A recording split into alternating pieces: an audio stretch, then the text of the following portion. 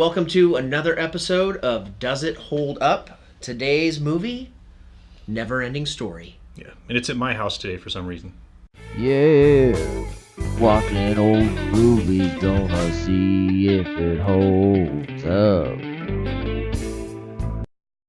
Today I've got a special guest. It is Dumb Guy Heath. Yes, so finally I get to do a retro movie review with Barry, and we're breaking out one I remember from childhood. Yeah, this is a fantasy classic from our childhood, and I think it had a special place for me. I mean, I remember thinking this was a very magical movie when I was growing up. Yes, then the things that stood out for me initially was the racing snail. I remember, I think I cried when the horse died when I was a little kid. I remember being a kid and that being a very emotional part. Yes. And you know, it's funny too, when I was a kid, the rock, was it Rock Biter? The Rock Biter? Yeah. He was scary to me. Right. He's like a gentle giant. Yeah. You know, yeah, that's exactly. Kind of how he comes across. Well, I mean, and then, you know, towards the end, just skipping towards the end, how he's like basically crying about losing his friends. Yeah. He let him go. These hands were such strong hands. And you know, I didn't remember that part. I remembered that part. I remembered most of it. It's been probably 10 years on the long side since I've watched it again. Yeah, and you know, I have the DVD, which indicates I probably bought it like 10 years ago. But I don't remember watching it, and I remember the impression I had when I was a little kid. Totally different things struck me this time, though. Yeah. For one thing, actually, when the horse died this time, it was kind of annoying to me. Because I thought we've seen this horse for like 2 minutes, and we're supposed to be sad already. That's one of the things that I really noticed is it immediately got right into it.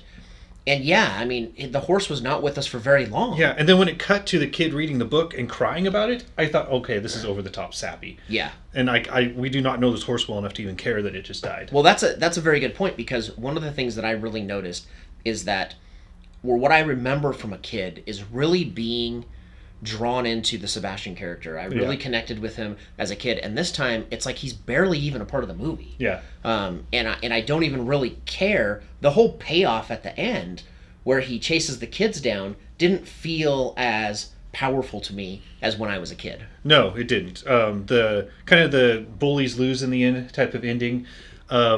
It kind of didn't make sense, because all of a sudden aspects of this fantasy world were in the real world, and they didn't explain how permanent that is. Right. And they didn't, I don't know, like, is the flying horse thingy, like his He's a luck dragon. Luck dragon. Yeah, is he like his pet now in the real world? Falcor! Yes.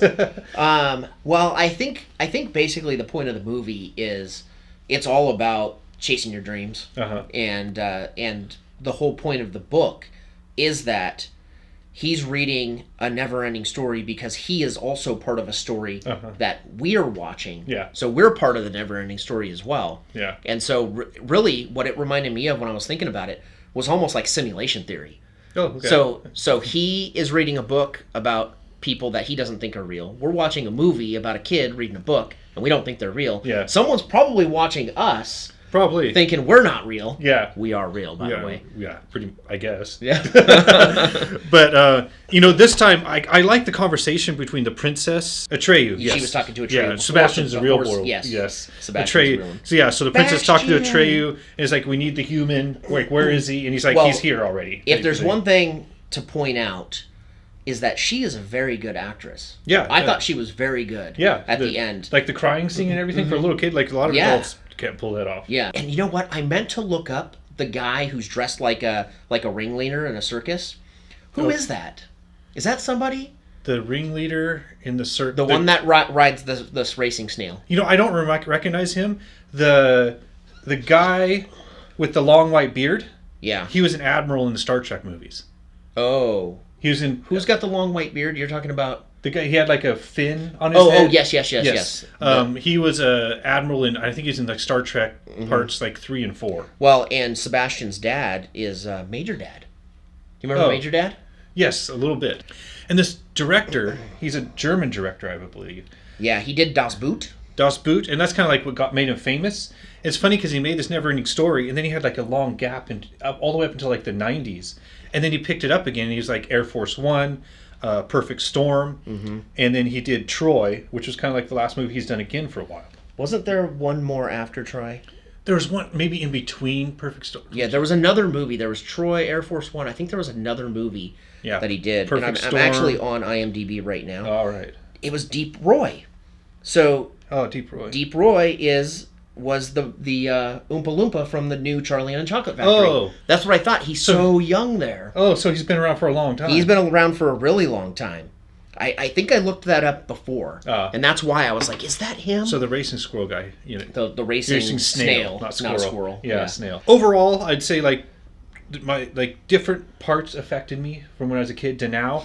But I think that's the aspect of like you could watch it with your kids type of thing, and both the parent and the kid will like this movie. Yeah, and one thing about this movie is like I said, it's probably been about 10 years since I pulled the DVD out, and I remember at that time I got bored of the movie. Now this time I pulled it out and I'm watching it, and I've got my 3-year-old sitting in my lap, and I was actually expecting her to get up and run away and say I'm bored of this and go watch a cartoon, but it actually kept her attention through the whole thing, which allowed me to keep my attention on it. So I was actually surprised at that. Yeah.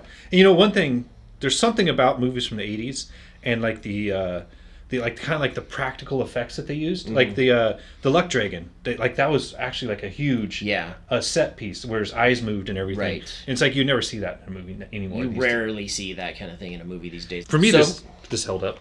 Yeah, for me, it did hold up. Like I said, it was maybe 10 years ago, it was just falling off my list of movies that were classics for me, and this time watching it all the way through, it did hold up. I was able to look past all of the faults that hung me up before, and I enjoyed it. Yeah, and I think it held up in the sense, like I talked about earlier, like the kid will like different parts than the adult will. All right. Well, that's our review for this week, the Neverending Story. Don't forget to like this video and comment. Yeah, we got lots of good stuff on the way, so hit subscribe and you'll get notified of all of it. And there's like a little bell beside the subscribe button. If you hit that, you'll know whenever we make a new video. Yeah, you got to do it because, well, we're pretty awesome. Yeah, we are. Yeah. All right. All right. Cool. Stay dumb. Stay dumb. Dumb guys.